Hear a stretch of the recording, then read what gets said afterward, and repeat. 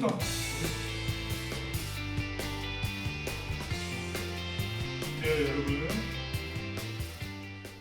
열왕기하를 아주 힘차게 보고 있습니다. 지난주에 아달랴라는 인물에 대해서 보았고, 그리고 이제 성전을 고치라고 했는데 요아스가 왕이 되고 난 다음에 여호야다라는 제사장의 힘에 눌려서 요아스가 왕으로서 면모를 제대로 발휘하지 못했던 그 이야기들 들었습니다. 그리고 요아스는 어떻게 죽었죠?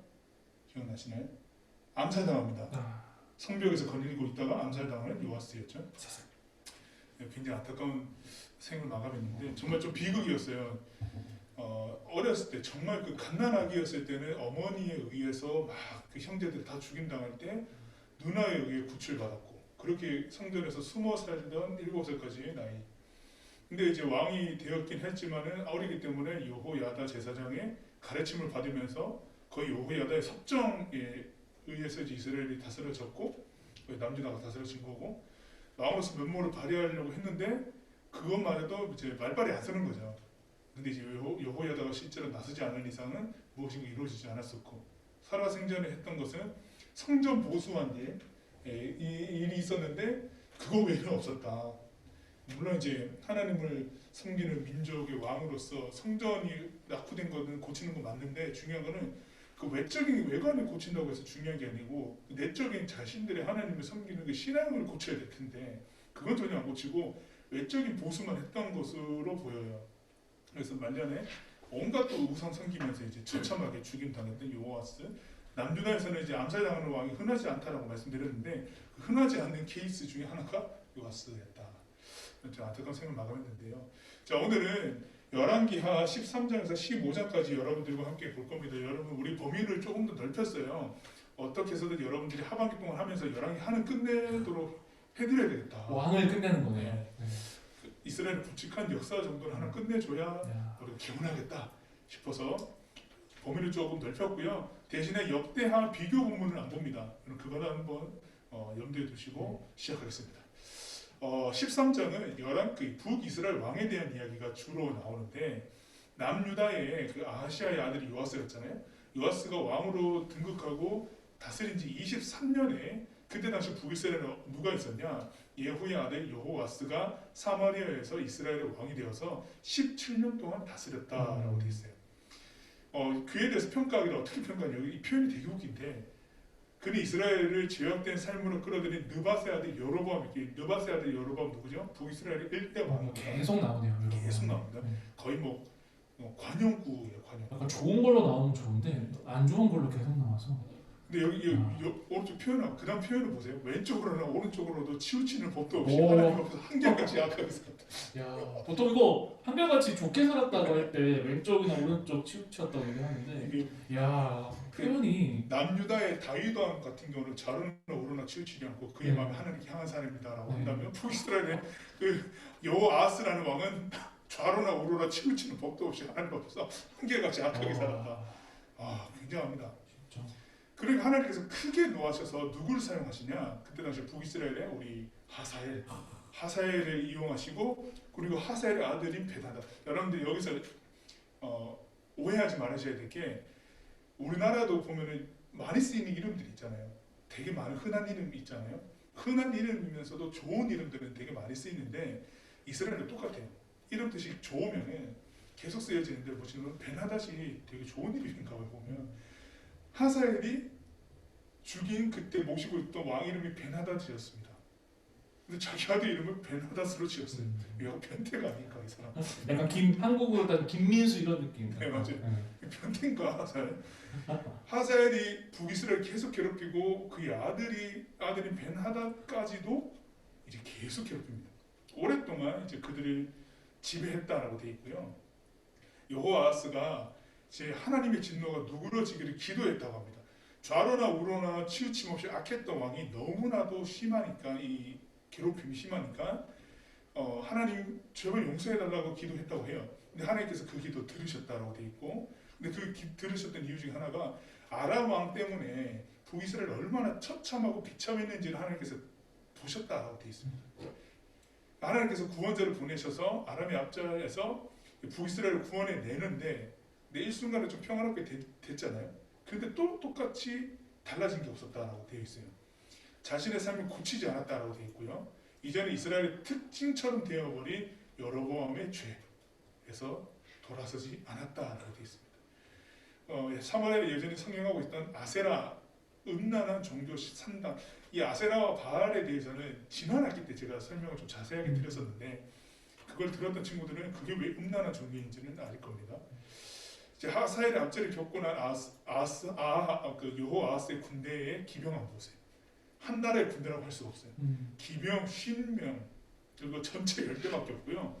보병이 10,000명밖에 없답니다. 이 전쟁은 그냥 져요. 아무 나라 쳐들어도 다 쳐요. 이거 이길 수가 없어요. 초토화됐다. 그냥 말 그대로 초토화된 왕으로 이때 당시에 그 국명이 이렇게 쇠하여졌다라고 되어 있고요. 여호아스는 그렇게 정말 남길 것 없이 그렇게 죽고 여호아스의 아들 여호아스가 뒤를 이었다라고 되어 있는데 여러분들이 보는 그 개역개정 성경에는 여호아스라고 되어 있습니다. 여호아스. 여기 우리가 보는 더 메시지에는 여호아스라고 되어 있는데 개역개정에 요아스라고 되어 있는 것과 같은 표현입니다, 여러분. 유다의 요아스 왕 37년에 여호아스의 아들 요아스가 사마리아에서 이스라엘 왕이 되어서 16년 동안 다스렸지만 마찬가지로 여러분들 관용구가 있죠. 느바스의 아들 여로보암 죄에서 한 걸음도 벗어나지 않았다. 그와 똑같은 길을 그대로 걸었다라고 되어 있습니다. 여러분 이걸 보면 이 1대 왕 여로보암의 영향력이 엄청 대단한 것 같지 않으세요? 계속 영향력 끼치면 이건 엄청난 영향력인데 근데 여러분 여기서 비극이 나겠어요. 뭐냐? 굵직하게 서 있었던 우리의 선지자 엘리사가 병이 들어서 죽게 될 병에 걸렸다고 하고요. 유일한 희망이었는데 네. 북이스라엘 왕 여호아스가 그에게 문명갑니다. 그리고 엘리사 보면 막 흐느껴 울어요. 그리고 Father 그 카톨릭에서 성직자 보고 Father이라 하잖아요. 그렇죠? 내 아버지여 이스라엘의 전차와 기병이 무슨 말일까요? 선지자가 알아보고 이스라엘의 전차와 기병이 무슨 말일까요? 뭔가 하나님을 대언하는 예언자니까 그 예언자 자체가 전차와 기병의 역할을 했던 거 아닐까요? 그렇죠. 그렇기도 하고 그 엘리사가 했던 일 중에 여러분 기억나시는 일 있으신가 모르겠는데 하사엘 전에 왕 벤하닷이 엘리사 죽이려고 쳐들어온 적이 있었어요. 혹시 기억나세요? 네. 우리 친구들 기억나죠? 사마리아 성 아주 둘러 덮었 그 위기 때 엘리사가 구해냈죠 사마리아를. 그때 하나님께서 눈을 뜨게 해주셨을 때 불병과 불말이 가득한 것을 보게 하고 이 아람 군대를 물리쳤던 일이 있었는데 그게 굉장히 큰 이슈였던 것 같아요. 그러니까 엘리사라고 하는 선지자가 단순히 하나님의 말씀을 대언하는 것도 있겠죠. 그것 자체로 단순한 것도 아니겠지만은 군대 조직력의 핵심이라고 봤던 것 같아요. 그러니까 엘리사가 없으면 우리 군대도 이미 무너집니다라고 하는 고백을 한 것 같아요. 근데 이 사람은 엘리사는 선지자면서도 그냥 국가 자체였던 것 같은 느낌인 것 같아요. 그래서 왕이 여호아스면서도 아스 임에도 불구하고 엄청나게 의지하고 있었다라고 보여주고요. 엘리사가 그에게 말합니다. 가서 활과 화살을 가져오십시오. 엘리사는 뭔가 비유와 이 행동, 상징적 행동이 되게 강한 사람 같은데 왕이 이제 활과 화살을 갖고 왔어요. 그러니까 엘리사가 말하기를 손으로 활을 잡으십시오라고 말합니다. 그랬을 때 왕의 손으로 활을 잡자 엘리사가 왕의 손 위에 자기 손을 얹었습니다. 퍼포먼스죠. 자기 손을 얹어가지고 엘리사가 말합니다. 이제 동쪽 창문을 여십시오. 동쪽 창문을 쭉 열었어요. 그래서 엘리사가 말하기를 쏘십시오. 그래서 왕이 활을 쏘았습니다. 그리고 엘리사가 큰 소리로 말했습니다. 하나님의 구원의 화살입니다. 이렇게 외쳤습니다. 아람에게서 구하시는 화살입니다. 아람이 하나도 남지 않을 때까지 왕께서 아람과 싸울 것입니다. 그리고 난 다음에 얘기한 게 이번에는 다른 화살을 드십시오. 화살을 딱 들었어요. 활이 아니라 화살을 들었어요. 그리고 그 화살을 땅에 치러 갑니다. 바닥에 치십시오라고 했는데 왕이 딱 3번 쳤어요. 딱딱딱. 그러니까 엘리사 화를 냅니다. 어째 바닥을 대여섯 번 치지 않았습니까? 그랬더라면 아람이 끝장날 때까지 왕께서 아람을 쳐 부수었을 것입니다. 그러나 이제 왕은 그를 3번밖에 물리치지 못했죠. 이럴 줄 알았으면 100번 칠 걸 그랬어요. 이게 보면 3번을 쳤어요. 근데 여호아스라고 하는 왕이 좀 센스가 없는 것 같지 않아요? 그런가요?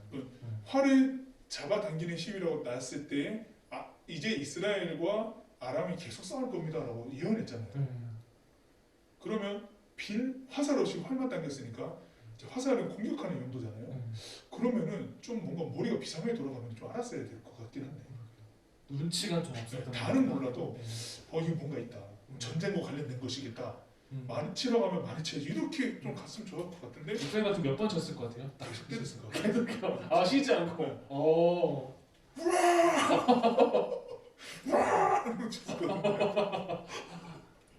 근데 여기서 세번 쳤어요. 그러게요. 그러니까 엘리사 화나죠. 우와 왜 그거밖에 안 쳤냐. 네, 그러는데 엘리사가 죽었어요. 아. 엘리사도 화내고 죽었어요. 사람들이 글을 묻었는데 여러분들 엘리사가 얼마나 그에게 하나님의 능력이 함께 있는지를 단편적인 예로 한 가지 소개를 해주고 있는 게 뭐냐면 엘리사 시신을 땅에 묻었거든요. 묻었는데 모압 부족의 도적대가 이제 그 땅을 침략했습니다. 외곽지역을 침략했는데 하루는 어떤 사람들이 그 죽음을 묻다가 그러니까 엘리사 무덤이 아니고 다른 사람의 그 죽음 시체를 묻다가 도적대가 오니까 황급히 시체들을 던져버렸어요. 자기 목숨 구제해야 되니까. 근데 엘리사의 무덤에 던지고 달아나는 거예요. 또 엄청나게 이상한 일이 일어났죠. 그 시체가 엘리사의 뼈에 닿자마자 그 사람이 살아나는 일이 일어났어요. 시체에 던졌는데 엘리사의 뼈에 닿더니만 그 시체가 살아났어. 우와, 이렇게 살아난 일이 있었다라고 하는 것을 굳이 넣어놨어요. 엘리사 얼마나 대단한 인물이었는지 하나님의 영이 얼마나 함께했던 사람인지 보여주고 있는 장면. 그러니까 이걸 소개해주고 나니까 엘리사가 이제 여호와스 왕에게 예언했던 예언이 아람과 몇 번 싸울 것이고 몇 번 이길 것이고 예언했던 게 더 힘이 있어져 버리는 것 같지 않으세요? 맞아요. 이런 엘리사가 얘기한 거다. 이건 무조건 이루어질 일이다. 아람 왕 하사엘이 이제 여호와스가 다스리는 동안에 계속해서 이스라엘을 괴롭히고 못 살게 굴었고요. 그러나 하나님께서 이스라엘에게 은혜를 베푸시고 그들을 불쌍히 여기셨던 것은 잊지 않으셨던 것 같아요. 아브라함과 이삭과 야곱의 맺은 언약을 기억하셔서 그들과 함께 하셨고 그들을 포기하지는 않으셨다. 그리고 오늘까지도 그들을 버리지 않으셨고 아람 하사엘이 죽고 그의 베나다시 뒤를 이어 왕이 되었습니다. 그러니까 이스라엘이 그 죄악에도 불구하고 그래도 멸망까지는 가지 않았다는 것은 하나님이 그래도 포기하지 않고 끝까지 조금 지켜주시고 계셨기 때문에 북이스라엘은 그래도 목숨이라도 국가적 운명이라도 조금은 건사하고 있었다. 이렇게 표현하고 있고요. 여호아스의 아들 여호아스가 상황을 역전시켜서 전에 자기 아버지 여호아스가 하사엘의 아들 벤하닷에게 빼앗겼던 성읍들을 되찾았습니다. 그 세 번 이긴 거죠. 여호아스는 3번 전쟁에 나갔고 그때마다 그를 물리쳐서 이스라엘의 성읍들을 되찾았습니다. 그 4번째 전쟁을 어떻게 될까? 결과 뻔하죠. 13장은 이렇게 끝이 나고요. 네. 제가 간단한 설명을 하도록 하겠습니다. 설명 느낌보다는 요약 위주로 한번 하는 게 좋을 것 같아서 지금쯤이면 여러분들이 배운 왕들이 머릿속에 막 뒤죽박죽할 것 같습니다. 그래서 위에 보면 파란색이 이스라엘이고 빨간색이 이스라엘, 파란색이 유다인데요. 한번 구별해서 보시면 될 것 같아요. 방금 여호아스 왕 17년 동안 다스렸다고 했고 여호와 보시기에 어떻게 악행을 저질렀다고 했죠?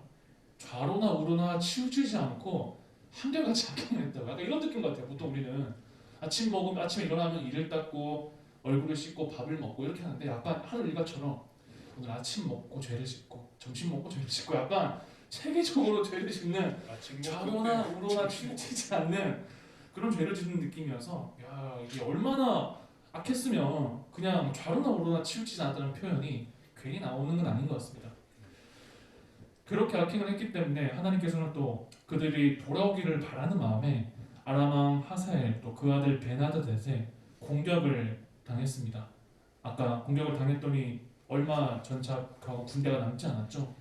그렇게 심판을 받았고 또한 구원자를 또 보내주셨지만 여전히 죄악 가운데 있는 그런 모습이었습니다. 베나다에게 공격도 당하고 또 그에 맞는 구원자를 보내주셨는데 아직도 돌아오지 않는 여호아스 왕이 그렇게 죄를 짓으니까 그 백성들마저도 그 왕을 따라가게 되는 영향을 미치는 그런 효과가 있는 것 같아요.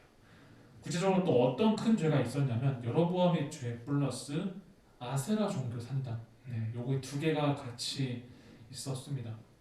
결국에는 이 여호아스 왕은 아람 왕에 의해서 멸망을 당했다고 합니다. 이게 여호아스 왕이 17년 동안 다스렸다고 했는데 어떻게 보면 하나님께서 이 왕에게 이 17년 동안 기회를 주신 것 같아요. 네, 그럼에도 불구하고 그 기회를 잘 잡지 못하고 결국에는 아람 왕에게서 멸망당하는 그러한 결말을 맞이했고요. 그 여호와스 다음 왕에는 여호아스입니다.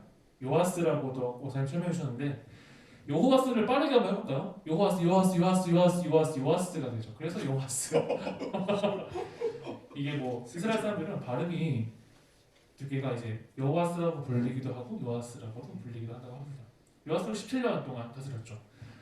요아스 때는 이제 엘리사가 죽을 병이 걸렸고 이 요아스가 병문안을 갔습니다. 병문안을 갔을 때 이제 엘리사가 요아스에게 예언을 했죠. 활을 잡아당겨라, 또 바닥을 쳐라. 근데 엘리사는 3번만 쳤기 때문에 아람을 3번만 격퇴할 것이다. 이렇게 예언했습니다. 진짜 저는 아까 100번 얘기했는데 목사님 무한대 계속 친다라고 했을 때 약간 좀 생각이 틀이 깨졌던 것 같아요. 저는 가장 많은 숫자가 100번이면 충분할 것 같았는데 계속 친다 했잖아요. 엘리사 그만하라. 네. 그만. 치러버릴까. 네, 하루 종일 진짜 칠 것 같아요. 어쨌든 이렇게 예언했는데 결국에는 3번만 격퇴할 것이다. 3번 후에는 어떻게 될까요? 아마 아람에게 망할 것 같은 그런 느낌이 들 것 같습니다. 그리고 여호와스 왕이 이렇게 또 초반에는 아람 왕 벤 하닷에게 빼앗겼던 땅을 회복하는 그러한 역사가 일어났습니다. 하지만 앞으로는 이 예언대로 아마 3번 이후에는 왠지 땅을 빼앗길 것만 같은 그런 느낌이 듭니다. 우리 다음 15장을 한번 읽어보도록 하겠습니다. 자, 여러분 15장 겁니다. 14장입니다. 네. 14장. 이제 그 카메라의 앵글이 이제 두기스를 북쪽에 있었다고 한 다음에 이제 남쪽으로 향했어요. 이제 남쪽 이야기 왕 이야기 합니다, 여러분. 이스라엘 왕 여호아하스의 아들 여호아스가 등극한 지 2년에 이제 요아스의 아들 아마샤가 유다의 왕이 되었습니다. 요아스가 이제 암살당했잖아요. 이제 아마샤라고 하는 왕이 25살의 왕이 올랐고 예루살렘에서 29년 동안 다스렸습니다. 꽤 오래 다스렸죠. 그의 어머니는 예루살렘 출신 여호아탄입니다. 완전 유대인 출신인 거죠. 네. 아마샤는 이제 하나님께서 원하시는 모습으로 살고 옳은 일을 행했지만 뭐 다윗까지는 아니었다라고 이렇게 굳이 이렇게 평가를 하는데 다윗의 수준에는 미치지 못해서 요아스랑 좀 약간 비슷하게 살았다. 지역에 이제 산당들을 안 없앤 거예요. 산당들이요. 그게 이제 흠이었죠. 이제 요아스 때는 왕권이 조금 힘이 없었는데 아들 아마샤 때에는 이제 왕권이 좀 확고하게 장악됐습니다. 그러다 보니까 이제 그의 아버지 요아스는 암살한 왕궁 경비대를 처형했습니다. 예, 왕궁 경비대가 밀어버려서 이제 낙사시켰죠. 복수를 했네요. 네, 복수했죠. 근데 그 암살자들은 자녀들은 살려뒀어요. 이게 이제 모세에게 계시된 하나님의 율법에 이제 자녀의 죄 때문에 부모의 죄 때문에 자녀를 이렇게 처형하지 말라. 연대 책임 묻지 말고 그 사람의 죄는 그 사람에게만 물어라. 이런 그 명령에 순종했기 때문에 자녀는 안 죽였다라고 합니다. 보통 여러분들 역사 같은 거 보면은 후환을 안 남기려고 다 제거하거든요. 보면 제거한다는 표현이 좀 그렇긴 한데 다 죽입니다. 예후 한번 보세요. 예후 같은 경우는 다 죽이죠. 정말 다 죽. 그거는 이제 정치적인 후환이 두려워서 그런 게 아니라 하나님께서 명하시는 일이 있기 때문에 다 죽인 건데 보면은 이제 아마샤 같은 경우는 이제 자녀들을 살려줬습니다. 아마샤는 이제 소금 골짜기라고 하는 곳에 가서 에돔을 물리치고 10,000명을 죽였습니다. 다른 전투에서도 그는 어떤 바알을 점령하고 그 이름을 욕두엘이라고 했는데 오늘까지도 그 이름으로 불린다고 하고요. 아마샤가 이제 전쟁을 많이 일으킨 것 같아요. 하루는 아마샤가 이제 왕권도 탄탄해지고 아버지를 암살한 그 배후 세력들도 제거하고 그 접견 지역에 있었던 에돔 민족, 현재 민족이긴 하지만 계속 이스라엘 틈만 나면 유다를 괴롭혔던 그 에돔을 물리치면서 기세등등해지니까 어떤 일이 벌이냐? 북이스라엘의 시비가 옵니다. 아마샤가 이제 이스라엘 왕 여후의 손자여 여호아스한테 사제를 보내서 싸움을 걸었어요. 와서 나와 한번 겨루어 보겠는가? 어디 한판 붙어보자. 이게 시정 잡혀도 아니고 갑자기 가만히 있는데 뭐 시비를 걸지도 않았는데 본인이 먼저 그냥 붙어보자. 갑자기 이스라엘 왕 여호아스는 유다와 아마샤에게 회답합니다. 하루는 레바논의 영건키가 레바논의 백할목에게 내 딸의 내 아들에게 시집 보내라고 전가를 보냈다. 이게 무슨 말이냐면 값도 안 되는 게 여러분 이런 말 표현해서 미안하지만은 이게 적절한 것 같아요. 꼴값 떨고 있네. 그러니까 지 분수도 모르고 설치고 있네. 이런 식으로 표현한 거예요. 그러니까 아마샤가 어떻게 될까요? 열받죠. 한번 붙어보자. 라고 했는데 여기서 야 분수대로 살아. 어디 까부냐. 이렇게 된 거예요. 어떻게 됐을까요? 전투가 벌어집니다. 결과는 어떻게 됐을까요? 남유다 처절히 패합니다. 여러분 그 여호와스 때 아람한테 엄청나게 짓밟혀가지고 아까 우리 군사력이 얼마나 그랬죠? 기병 50 그리고 보병 10,000명밖에 없었잖아요. 그리고 전체 10대밖에 없었던 뭐 보강을 했다 해도 별로 보강을 못했을 것 같은데 여호와스의 공격이 그렇게 군사력이 그렇게 크지 않았을 것 같긴 한데 아마샤가 이제 기세등등한 싸움을 걸었다가 웬걸 어디까지 여러분 피합니까? 전쟁에서 피하면서 예루살렘까지 공격당합니다. 가만히 있으면 되는데 괜히 시비 걸었다가 예루살렘까지 공격당하고요. 뭐 금은 비품 다 털립니다. 지금 야마샤 때문에. 이게 뭐 하는 짓일까요? 이게? 보면 역사 기록에 요아스 나머지 생활 시대 그의 중요한 업적과 유다 아마샤한테 싸워서 이겼던 게 역대기에 기록됐대요. 그러니까 이게 기록된 거예요. 아마샤가 한 날은 가만히 있는데 시비를 걸더라. 그래서 내가 한번 박살을 내줬지. 이게 역대기에 기록된 거예요. 그러니까 요아스는 북이스라엘 요아스는 왕의 묘실에 이제 붙이고요. 그리고 그의 아들 여로보암, 이 여로보암 2세입니다. 여러분들 구분을 위해서 말씀드리면은 여로보암 2세고요. 여로보암 2세 때 북이스라엘 굉장히 황금기였어요. 자, 한번 이거 나중에 보고 유다 왕 요아스의 아들 아마샤는 이스라엘 왕 여호와스의 아들 여호아스가 죽은 뒤로도 15년 동안 왕으로 다스렸지만은 어떻게 될까요? 사람들이 예루살렘에서 아마샤에게 반역을 꾸몄어요. 뭐 괜히 시비 걸어가지고 예루살렘까지 털렸으니까 라기스로 도망갔거든요. 라기스는 어디냐면은 블레셋 땅입니다. 라기스로 도망쳤고요. 사람들이 라기스까지 쫓아갔어요. 이방 민족의 땅까지 쫓아가서 그를 죽여버립니다. 그리고 아마샤는 말을 싣고 돌아와서 예루살렘의 다윗성 그의 조상과 함께 묻히고 유다 백성들이 이제 만장일치로 16살밖에 되지 않았던 아사랴를 택해서 그의 아버지 아마샤의 뒤를 이어 왕이 되게 합니다. 요아스도 암살당하고 아마샤도 죽임당하고. 그러니까 이게 되게 안 좋은 것 같아요. 아사랴는 엘랏을 재건하여서 유다에 귀속시켰다. 이 엘랏이라고 하는 곳이 빼앗겼던 도시였던 것 같고요. 그거를 이제 성을 건축해가지고 유다 쪽에 복속시켰던 귀속시켰던 일을 했고요. 이때 이제 여러분 이제 여로보암 2세가 등장합니다. 여기 기록은 안 돼 있지만 역사 자료에 보면은 여로보암 2세 때 북이스라엘이 얼마나 부강해지냐면은 땅을 그 아람에 의해서 그 빼앗겼던 땅들을 다 수복하고 더 나아가서 아람 땅까지 전부 점령을 해요. 여로보암 2세 때.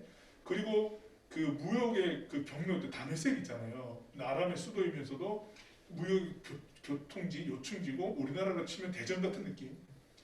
그런 느낌 무역 경로를 점령하면서 어떻게 될까? 무역이 엄청 성행하게 되고 물자가 북이스라엘 막 들어갑니다. 들어오면서 금과 은이 넘치기 때문에 그 상당 제사를 드릴 때 금관 악기 같은 것들 엄청 많이 만들고요. 뭐 제의적 행사나 국가적 면모나 이런 것들이 굉장히 부강해지는 팍스 이스라엘 이런 느낌으로 엄청 힘도 세지고 돈도 많아지고 돈도 많고 힘도 세고 식이에요.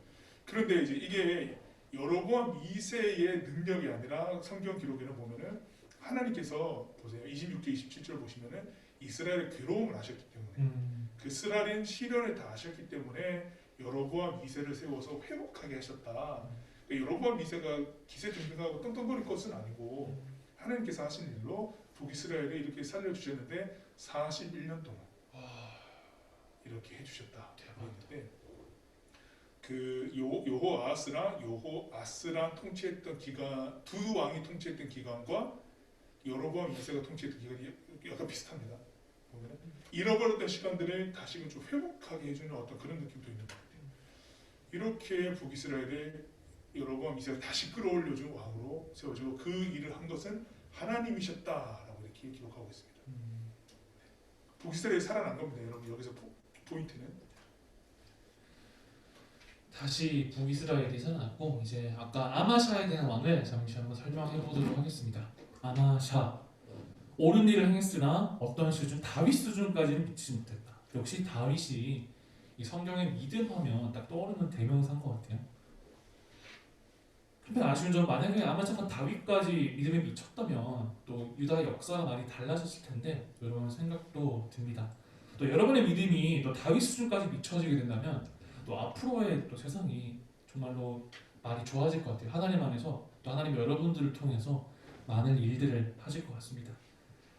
이 아마샤는 지역 산당들 그것들 여전히 놔뒀고요. 또 아마샤는 이제 자신의 아버지 요아스를 암살한 왕궁 경비대들 아버지를 복수를 한 거죠. 하지만 그 암살자들의 자녀는 죽이지 않았다고 합니다. 이 구체적인 율법이 신명기 24장 16절인데요. 쉬운 성경으로 한번 번역을 해봤습니다. 자식이 잘못했다고 해서 부모를 죽이지 마시오. 그리고 부모가 잘못했다고 해서 자식을 죽여서도 안 돼요. 사람은 자기가 지은 죄로만 죽임을 당해야 하고. 어떻게 보면 참 공평한 법인 것 같아요. 요즘 같은 세상에서도 뭔가 나쁜 일을 저지른 자의 자녀들은 뭔가 그도 나쁠 것이라는 편견이 있는 것 같아요. 또 옛날 조선뿐만 아니라 많은 세계사를 보면 그 반역을 딱 했을 때 그 반역한 왕의 자손들을 모두 다 끊어버렸거든요. 또 다른 반역이 있지 않기 위해서. 그래서 그 암살자들의 자녀까지도 원래라면 죽이는 것이 세상에 이치였는데 하지만 그래도 이 아마샤는 옳은 일을 조금 행했다고 하니까 이 율법을 그나마 조금 잘 지킨 것 같아요. 부모를 자식이 잘못했다고 해서 부모를 죽이지 말고 또 부모가 잘못했다고 해서 자식을 죽이지 않는 이러한 율법을 지키는 아마샤의 모습 볼 수 있습니다. 또한 이 영국에서 에돔 사람 1만 명을 죽였고 또 아까 말을 했죠. 아마샤와 요아스와의 전쟁에서 또 요아스가 승리한 한마디로 유다가 패했죠. 이 패함으로써 또 다시금 이 이스라엘이 떠오르는 모습이고 아까는 이제 뭐 레바논의 가시를 검색을 해봤는데 이런 게 나오더라고요. 이 들짐승이 밟아버렸다고 했잖아요. 한마디로 그냥 무시한 거죠. 이 레바논의 가시가 이렇게 생겼다고 하고 이 꽃도 피었네요. 찔리면 아플 것 같습니다. 다음은 그리고 유다 15년을 더 통치하다가 라기스에서 결국에는 살해되었다고 합니다. 네. 이스라엘은 이제 아까 소개한 대로 요아스, 그다음 여로보암 2세입니다. 방금 14장에서 설명한 게 여로보암 2세거든요. 이스라엘의 가장 넓은 땅을 회복했을 뿐더러 가장 많은 재물이 있었던 그런 시기였습니다. 하마 너기부터 아라바 바다까지 또 다메섹을 회복했다 그랬는데 한번 지도를 보자면 요 위에가 하맛이거든요. 요 하맛부터 요 아라바 바다까지 요 모든 것들을 다 회복을 했습니다. 남유다 지역도 있군요. 다. 네. 원래는 남유다 지역이 있었던 것도 다 회복을 한 거죠. 뿐만 아니라 옆에 보면 다메섹도 회복했다 그랬잖아요. 다메섹이 여기 있습니다. 옛날에는 여기 다메섹이 아람에 의해서 자꾸 지배를 받고 또 이스라엘이 다스리긴 했는데 이 다메섹도 확실하게 가져온 모습입니다. 보면 여기 왕의 대로랑 해안길이라는 게 다 연결 다면색으로 다 복속되는 거 볼 수 있어요. 여기 길을 보시면 무역길이죠. 이게. 이렇게 빨간색 길을 보시면 요 위로 올라갑니다. 네, 다메섹에서 만납니다. 여기서도 블레셋에서 시작한 게 다메섹으로 네, 여기서도 다메섹으로 중요한 무역 경로인데 다메섹을 안 거치고 갈 수가 없었어요. 네. 부강했습니다. 여로보암 2세. 이제 다 마지막으로 15장을 한번 설명해 보도록 하겠습니다.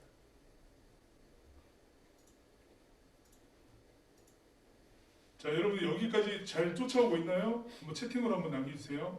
이해가 됩니까? 어려운 부분 있어요 혹시? 네, 인서 고맙습니다. Great. 제가 감사해요. 좋습니다. 이해가 다 되고 있다 합니다. 사람이도 그렇고. 자, 오늘의 마지막 15장인데요. 남유다 왕 이야기를 좀 하겠습니다.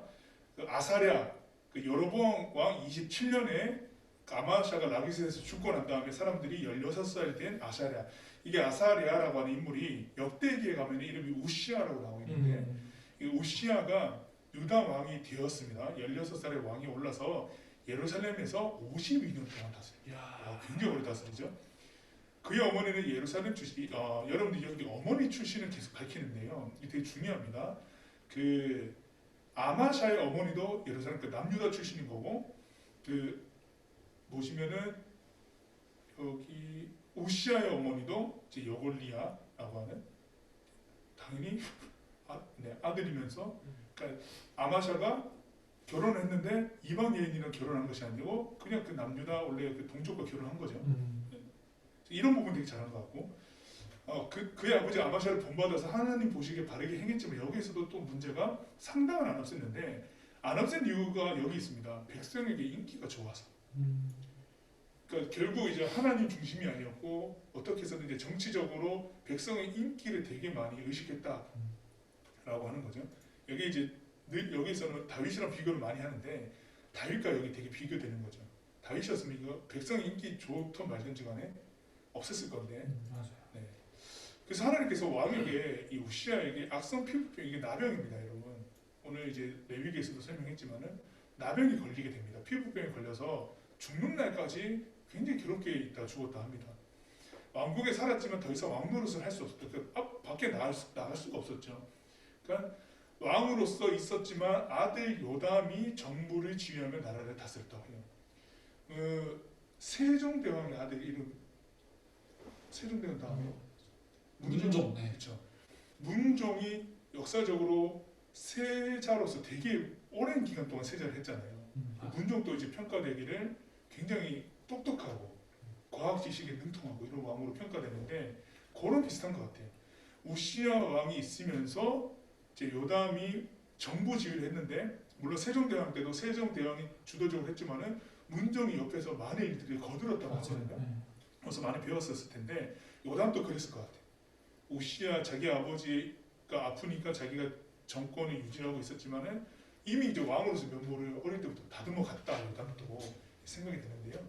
여기 열왕기 하에서는 아샤라가 그 우시아라고 하는 아사라라고 하는 왕이 이렇게 죽었지만은, 여기 여러분들에게 본문 가져왔지 않았지만 역대기에 보면은 이 우시아라고 하는 왕이요 농사를 되게 좋아하는 왕으로 나옵니다.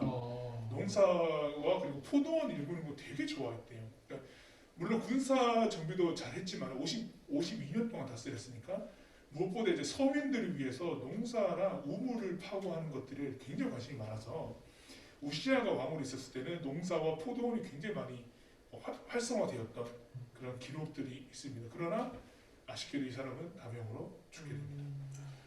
보면은 그러고 난 다음에 어릴 때부터 이제 정치를 해왔던 요담이 이제 왕으로 등극하게 됩니다. 그랬을 때에 이제 유다와 아사야 38년에 여로보암의 아들 스가랴, 그러니까 여로보암 2세가 죽었어요. 여로보암의 아들 스가랴가 사마리아에서 이스라엘의 왕이 되어서 6달 동안 다스리게 됩니다. 여로보암 2세가 그 굵직했던 왕이 41년 동안 이스라엘 다스리다가 죽었는데, 그의 아들 스가랴가 왕이 되고 그 다음에 정세가 되게 안 좋습니다. 보면은 이스라엘 41년 동안 다스렸던 왕이 죽었는데 그 다음 왕이 6달 동안밖에 못 다스리고요. 그리고 관용구가 또 등장하죠. 느바스의 아들 여로보암의 길로 가게 됩니다. 그리고 야베스의 아들 살룸이 반역을 꾸며서 사람들이 보는 앞에서, 여기 보면 스가랴 죽이고 왕이 됩니다. 사람들이 보는 앞에서 쿠데타를 일으킨 거예요.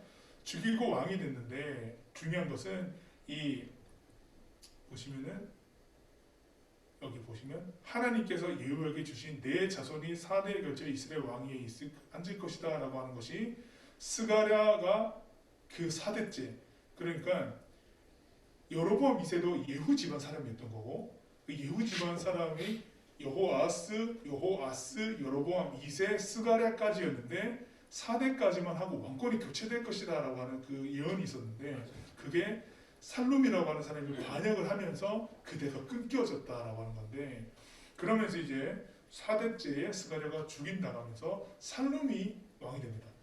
유다의 왕 아사랴가 우시아가 아직도 이제 왕으로 있을 때 북이스라엘 왕이 또 교체되는 건데, 살룸이 이스라엘 왕이 되었는데 한 달밖에 왕이 안 돼요. 많이 줄어드네요. 네, 한 달 왕밖에 안 돼. 한 달 왕. 한 달이면. 네. 근데 또 살룸 또 죽임당해요. 보면 가디의 아들 무나헴이라고 하는 사람이 디르사에서 사마리아로 올라와서 디르사 여러분 기억나나요? 북이스라엘이 예전 수도가 어디였냐? 디르사입니다. 그러니까 예전 세력들일 것 같고 구세력이었던 것 같고요. 지금 신세력으로 왕위가 계속 이어지고 있는 사마리아로 올라와서 야베스의 아들 살룸을 공격해서 죽이고 왕이 됩니다. 계속 쿠데타입니다. 그렇게 해서 이스라엘 왕이 바뀌고요. 무나헴이 이스라엘 왕이 됐는데 이 사람은 약간 오래 뭐 살룸이나 이런 사람들보다는 오래 다스렸는데 중요한 것은 무나헴이 왕권을 잡자마자 딥사를 쳐부수고 그 성읍뿐 아니라 근교까지 전부 파괴하고요. 그는 그 디르사의 기반을 둔 무나헴이다라고 하는 여러분들 이 표현이 여러분 눈여겨볼 필요가 있어요. 아까 사마리아라고 말씀드렸잖아요. 구세력과 신세력과의 싸움인데 이게 우리가 보았던 역사 기록에는 구세력과 신세력이 싸움하는 장면은 나오진 않았는데 갈등의 여지가 계속 있었나 봐요. 디르사 쪽에서 예전에는 우리가 북이스라엘 수도였고 여기가 중심지였는데 사마리아로 천도되면서 언제 천도됐냐? 오므리 왕조 때. 시므리가 천도시키죠. 그러면서 오므리 왕조 때입니다. 왕권과 그 무게 중심을 옮겨가면서 디르사가 아무래도 굉장히 앙심을 품었지 않을까 생각되고요. 그 구세력의 기반을 둔 무나헴이 올라오니까 왕권을 잡으니까 사마리아 쪽 사람들이 환영을 안 했던 것 같아요. 왕이 됐지만 그러니까 자기를 환영 안 한다고 해서 근교에 있던 모든 것을 파괴하는 일이 일어납니다. 그걸 보시면 그 이유가 나오죠. 여기 돌팔 벌려 그 무나헴을 환영하지 않았기 때문이다. 그리고 잔인하게 임신부까지 죽였다. 굉장히 잔인합니다. 유다의 왕 그 아사랴가 39년에 가디 아들 무나헴이 이스라엘의 왕이 되어서 사마리아에서 10년 동안 다스립니다. 하나님 무지가 여전히 약했고요. 이 관용구가 또 등장합니다. 그때 이제 여러분 북이스라엘 진짜 망하는 길로 가게 되는데요. 아시리아 왕 디글랏빌레셋 무시무시한 왕이죠. 3세가 나타나서 그 땅을 공격합니다. 여러분 아시리아 제국이라고 해서 세계사나 이렇게 배우게 되던데 아시리아도 부흥기가 있었거든요. 예전에 이제 불이라는 왕도 등장하게 되고 아시리아에 그리고 여기 나오는 디글랏빌레셋이라고 하는 왕도 나오게 되는데 이후에도 또 강력한 왕이 등장합니다.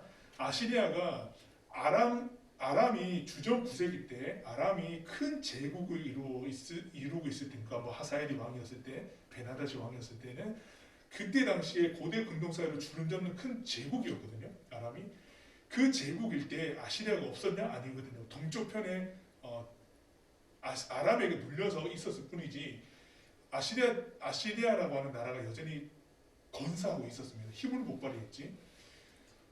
처음에는 아시리아, 성경에 아수르라고 되어 있는 이 나라가 처음에는 그 고대 근동사회를 주름잡는 나라였습니다.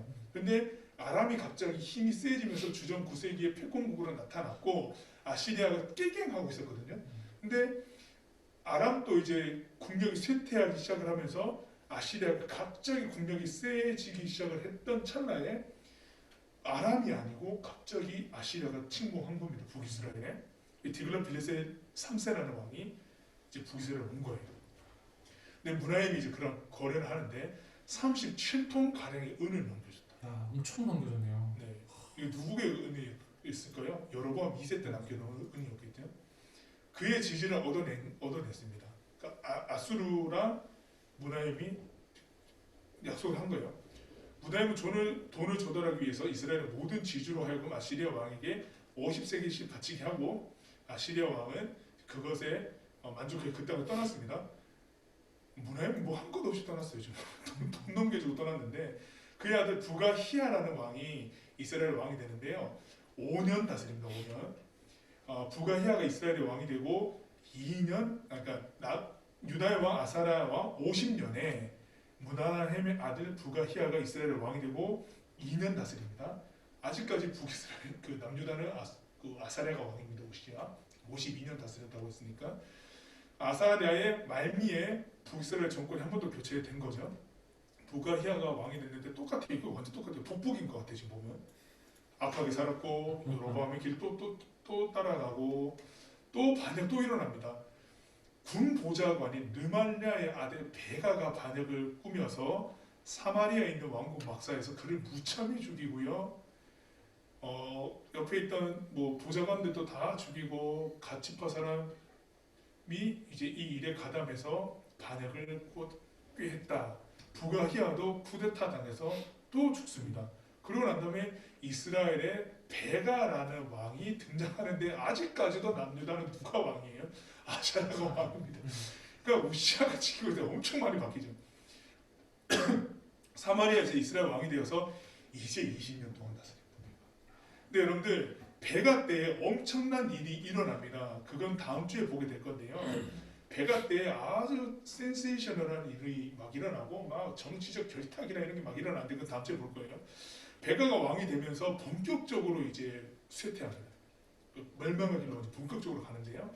보시면은 이 부분은 다음 주에 제가 추가해서 조금 보충 설명하고요. 북이스라엘 왕 베가가 왕이 되고 20년 동안 다스릴 동안에 아수르와의 일이 일어나고 그리고 북이스라엘은 이제 말 그대로 멸망의 길로 치닫게 된다라고 하는 것이고요. 이때 이제 이스라엘의 르말레 왕인 아들 베가 2년에 이제 아사랴가 죽었죠. 요담이 왕이 되었고요. 25살의 왕이 올라서 예루살렘에서 16년 동안 다스린다라고 되어 있고요. 우시아를 본받아서 바르게 행했지만 여기도 똑같은 게 산당 제거 안 했고요. 네. 산당은 여전히 있네요. 요담은 그리고 여기서 보시면 여기 15장 이렇게 단서 끝나요. 이때부터 하나님께서 아람 왕 르신과 르말레 미르가 오탑니다. 르말레의 아들 베가를 보내어 남유다를 공격하게 하셨다. 요담은 죽어서 자기 조상이 돌아갔는데 여러분 다음 주에 이거 할 거예요. 그러니까 아람 왕 르신과 르말레의 아들 베가가 결탁해서 남유다를 칠 때에 원래 누군가요? 베가가 누구에게 결탁했었어요? 처음에는 아시리아의 디글렛-빌레셀에게 그 이전에 그 베가 전의 왕이었던 무나임이 디글렛-빌레셀에게 엄청난 양의 은을 주고 결탁했었잖아요. 37톤 네, 줬죠. 37톤 주고 결탁했었는데 어느 정도 이제 가신 관계였던 거죠. 아스르와 가신 관계였는데 베가가 왕이 되었을 때는 아시리아를 버린 거죠. 버리고 다시 아람을 붙잡은 겁니다. 그런 일이죠. 그럼 아시리아 입장에서 어떻게 될까요? 북이스라엘이 배신한 거죠. 배신하게 된 상황인 거고, 자, 이 배신한 상황에서 이스라엘 왕 베가가 정신 못 차리고 아시리아가 눈 시퍼렇게 뜨고 있는데도 불구하고 아람이랑 연합 맺어서 남유다를 치러 온다고. 웬걸 남유다를 치러 오는 거예요, 갑자기. 연합해서 아시리아를 쳤어야 되는데 공격 타깃이 바뀐 거죠. 그 대국이 도사리고 있는데도 불구하고 그런 상황이 지금 이제 멍석으로 깔린 겁니다, 여러분들. 15장에서 어떤 일이 그 다음 16장부터 어떤 일이 일어날까요? 여러분 기대하십시오. 굉장한 일이 일어납니다. 네.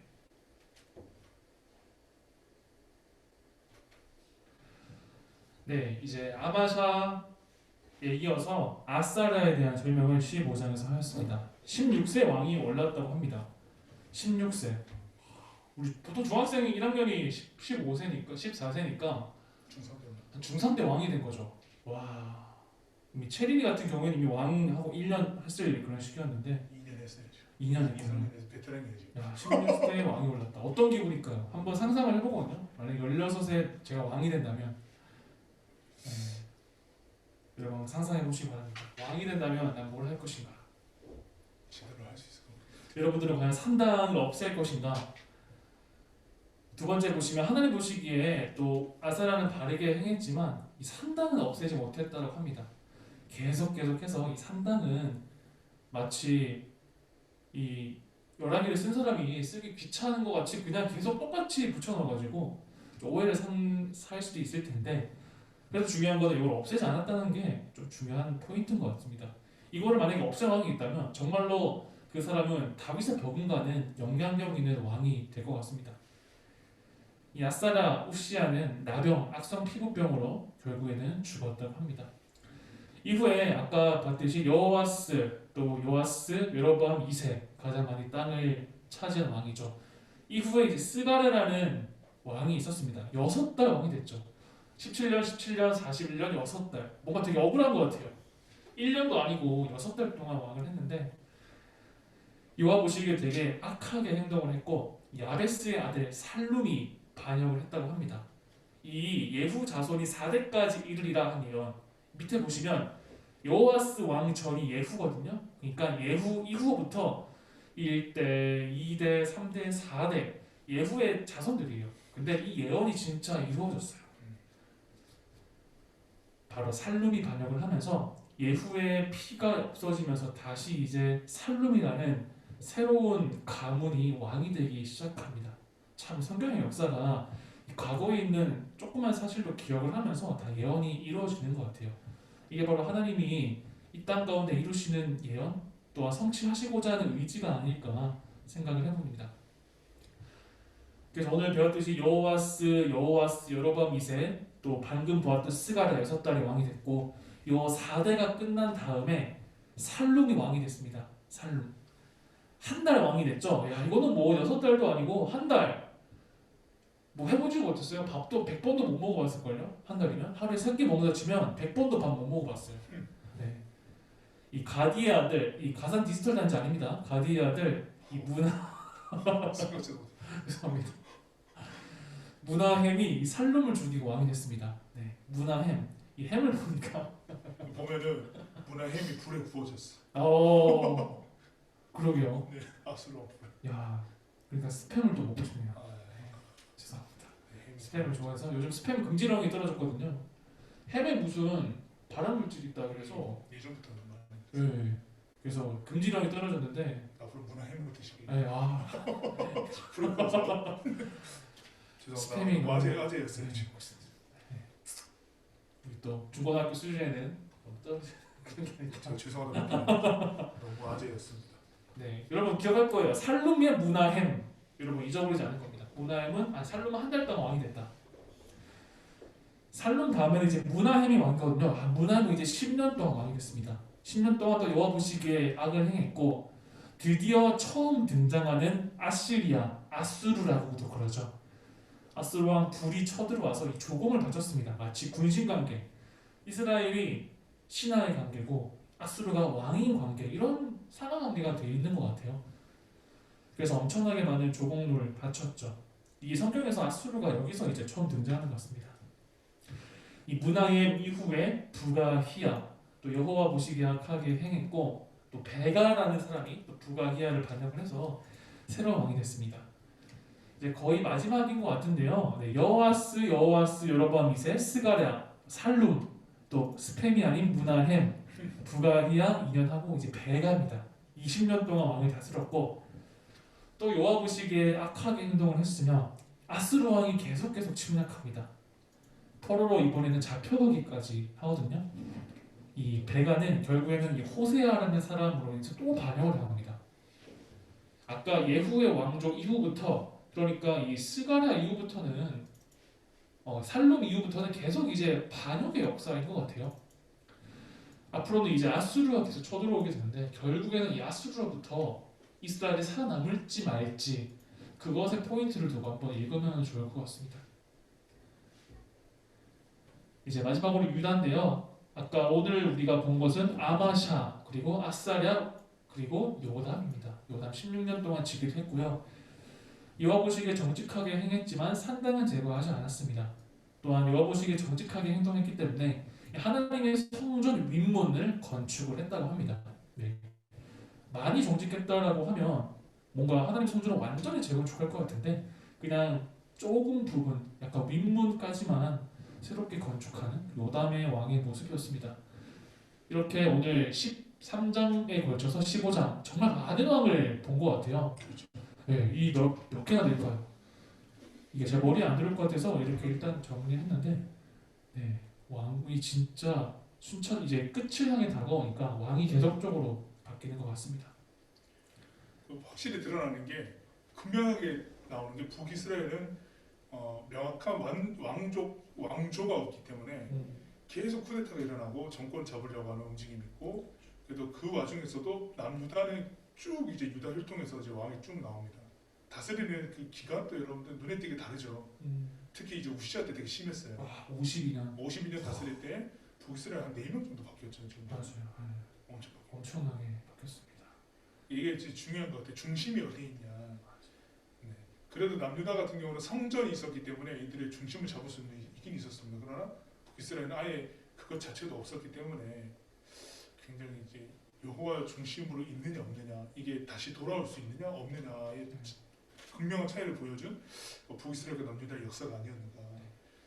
다음 주에 여러분들 북이스라엘이 멸망합니다. 멸망하고 남유다 이야기로 쭉 넘어갈 건데요. 참, 다음 주부터 다음 주 앞으로 이야기는 이제 많은 왕의 이야기를 보기보다는 한 왕의 이야기에 좀 집중되면서 많은 것들이 이야기가 될 것 같아요. 뭐 히스기야 왕도 나올 거고, 네, 이야기가 그렇게 집중. 이름부터 뭔가 좀 약간 카리스마 있고 그렇죠. 뭔가 잘 믿을 것 같은 그런 느낌이 듭니다.